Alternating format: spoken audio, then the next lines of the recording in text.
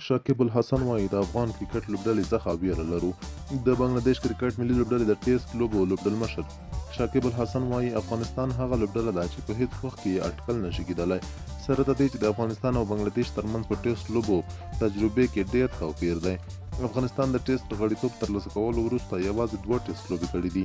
لومړی ټیسټ لوبه یې په 2018 کال کې د هند خلاف ترسره کړه چې په 262 منډو په توپیر یې وبایلله.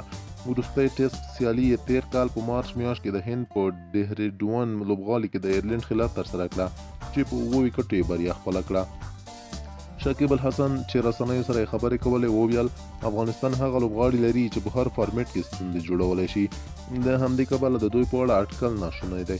که څه هم شکیب الحسن په ټیسټ کرکټ لوبو کې 19 کلنه اوږده تجربه لري، خو بیا هم د افغان لوبډلې د پیاوړتوب په اړه پوره معلومات لري او په نورو فارمټونو کې ورته ثابته کړې ده.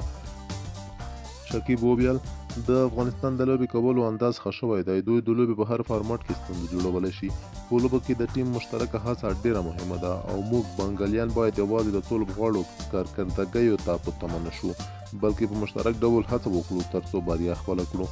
د شکیب په وینا چې افغانستان ځینې داسې لوبغاړي لري چې بنګلاديش ته ستر خطر پېښولی شي. شکیب زیاته کړه ټیم چې هر قسم تشکیل شوی وي باید په میدان کې بریا خپله کړي.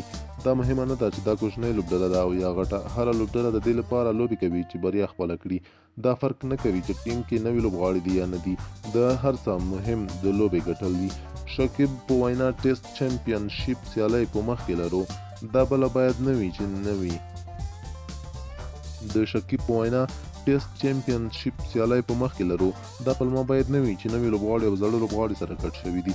له دې کبله ټیم لوبه نشي کولی. زموږ موخه دا ده که لوبډله هر قسم تشکیل وي موږ باید لوبه وګټو. د افغانستان ټیسټ کرکټ ملي لوبډله اوس مهال په عربي متحده اماراتو کې په تمریناتو بوخته ده او د ټیسټ لوبې د پیل وړاندې به د سپټمبر په لومړۍ نیټه د بنګلاديش کرکټ بورډ 11 لوبډلې سره یوه تمریني لوبه هم ترسره کړي.